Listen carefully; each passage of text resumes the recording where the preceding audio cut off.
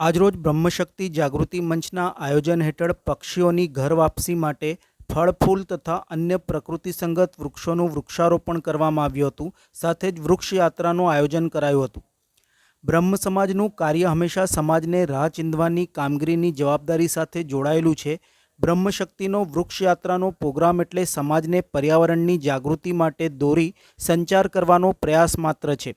અષાઢ મહિનો એટલે કુદરતની અપાર કૃપાનો મહિનો, વર્ષા ઋતુનો મહિનો, જેમાં જમીનમાં જે બીજ રોપાય તેને અંકુરિત કરી જીવવાનો અધિકારની છૂટ આપતો મહિનો. અત્યારના પ્લાસ્ટિક યુગને જકારો આપીને ભગવાને બનાવેલા દરેક સજીવ માટેના જીવાદોરી સમા ઋતુચક્રને સંતુલિત કરી નાનકડા પ્રયત્ન સ્વરૂપે આજે વૃક્ષયાત્રા વૃક્ષારોપણના કાર્યક્રમનું આયોજન કરાયું હતું. બ્રહ્મશક્તિ પ્લોટથી શરૂ કરીને સ્કૂટર રેલી સાથે વૃક્ષયાત્રા બપોરના 3:15 કલાકે શરૂ થઈ હતી. આ રેલી દ્વારા પક્ષીઓની વતન વાપસી માટે ડેકોરેટિવ નહીં પરંતુ સાચા મિત્રો જેવા ગુલમોહર, લીમડા, વડ, પીપળ, ગોળ, આસોપાલવ તેમજ ફળ આપતા જાંબુ, શેતુર, બદામ, આમળા, ફૂલ આપતા કરણ, જાસૂદ, ચંપો, તગરી જેવા રોપાને અલગ અલગ જગ્યાઓ પર રોપવામાં આવ્યા હતા. સાથે જ રાહદારીઓને વિતરણ પણ કરાયા હતા. સાથે જ fire brigade compound, Prabhunagar, Pancham garba ground, Rameshwar Mahadev મંદિર પ્રાંગણ અને જલાશક્તિ કોમ્પ્લેક્સ તેમજ બ્રહ્મશક્તિ પ્લોટ પર તેમજ ફૂટબોલના મેદાન ઉપર વૃક્ષારોપણ કરવામાં આવ્યું હતું. વૃક્ષયાત્રામાં વિવિધ વૃક્ષારોપણ જાગૃતિના પ્લેકાર્ડ સાથે જનજાગૃતિ ફેલાવાઈ હતી. 50 વૃક્ષો વાવવામાં આવ્યા હતા તથા 150 જેટલા વૃક્ષોનું વિતરણ કરાયું હતું. માત્ર કાર્યક્રમ પૂરતું ફોટો સેશન પૂરતો નહોતો, પણ વૃક્ષોના જતન પ્રત્યે પણ પૂરતી કાળજી રખાઈ છે. વન વધશે, જીવન વધશે, ફળ ફળાદીને કલરવ વધશેના સૂત્ર સાથે પક્ષીઓની વતન વાપસી માટે વિશિષ્ટ આયોજન બ્રહ્મશક્તિ જાગૃતિ મંચ દ્વારા કરવામાં આવ્યું હતું. આ કાર્યક્રમમાં વોર્ડ નંબર 15ની ટીમ બ્રહ્મશક્તિ જાગૃતિ મંચની બહેનો મોટી સંખ્યામાં જોડાઈ હતી. બ્રહ્મશક્તિ જાગૃતિ મંચના અગ્રણી મીનાબેન મહેતા દ્વારા સમગ્ર આયોજન સંદર્ભે વિસ્તૃત માહિતી આપી હતી. બ્રહ્મશક્તિ જાગૃતિ મંચનો વર્ષા ઋતુનો આ પ્રોગ્રામ, અષાઢ મહિનો અને વરસાદનો સમય, વરસાદની અનિયમિતતાને ધ્યાનમાં રાખીને આજના આ પ્રોગ્રામનું આયોજન કર્યું છે.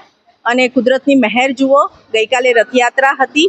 ભગવાનને પણ ખબર છે કે રથ તો જ બની શકશે જો આપણે વૃક્ષોનું જતન કરીશું. અને બીજા દિવસે આટલા જોરશોરથી વરસાદની પણ શરૂઆત થઈ ગઈ છે. અમારો એક નાનકડો પ્રયાસ છે બ્રહ્મશક્તિનો કે દરેક પક્ષીઓ જે હવે આપણાથી ખૂબ દૂર જઈ રહ્યા છે એ પક્ષીઓની વતન વાપસી કરીએ. આપણે ડેકોરેટિવ પ્લાન્ટ માટે થઈને પ્રયાસ કરતા હોઈએ છીએ હંમેશા, પણ ઘેગુર, વડલા કે લીમડા, આંબો, જાસૂદ એવા બધા જો ઝાડ વાવીએ, બદામ, શેતુર, તો આપણી ગયેલી ચકલીઓ પણ અવશ્ય પાછી આવશે. અને બ્રહ્મશક્તિના આજના આ આયોજનમાં અમને વડોદરા મહાનગરપાલિકાનો પણ સંપૂર્ણ સહયોગ મળ્યો છે. અમારા વોર્ડ નંબર 15ના પ્રમુખ શ્રી ઋષભભાઈ કામદાર અને જયેન્દ્રભાઈ જેવા વડીલનો પણ અમને સહકાર મળ્યો છે. સાથે સાથે ફાયર બ્રિગેડના કેમ્પસમાં અમને પરમિશન મળી છે વૃક્ષ વાવવાની. બ્રહ્મશક્તિનો plot, Jalashakti complex, Prabhunagar garba ground છે, પંચમ ગરબા ગ્રાઉન્ડ, રામેશ્વર મહાદેવ અને એની આગળ સુવર્ણલક્ષ્મીની સામે આવેલા ફૂટબોલ મેદાનમાં અમને દરેક જગ્યાએ આ ઉમદા કાર્ય માટે બધાએ સહયોગ આપ્યો છે. આજનો અમારો ટાર્ગેટ મોટા 50થી વધારે વૃક્ષ વાવવાનો છે. અને એ પછી રાહદારીઓ માટે ફૂલના છોડનું પણ વિતરણ કરીશું. એટલે ટોટલ આજે 150 વૃક્ષનું વિતરણ બ્રહ્મશક્તિ દ્વારા થશે. એવી જગ્યાઓ એટલા માટે પસંદ કરી છે કે ખાલી ફોટો સેશન પૂરતું આ પ્રોગ્રામ નથી, પણ ત્યાં કોઈક વ્યક્તિ એની 3 મહિના 4 મહિના સુધી તકેદારી રાખે અને એના મૂળ જમીન સુધી પહોંચાડે, ત્યાં સુધી આપણે એ ઝાડની રક્ષા કરી શકીએ. એવી જગ્યાઓ પર અમે આ સિલેક્શન કર્યું છે. અને આજે અમારા આ બ્રહ્મશક્તિ થકી અમે સમાજને ફૂલ નહીં તો ફૂલની પાંદડી રૂપે ગ્લોબલ વોર્મિંગ સામે લડવાની લડતમાં આજે અમારું પહેલું સ્ટેપ છે.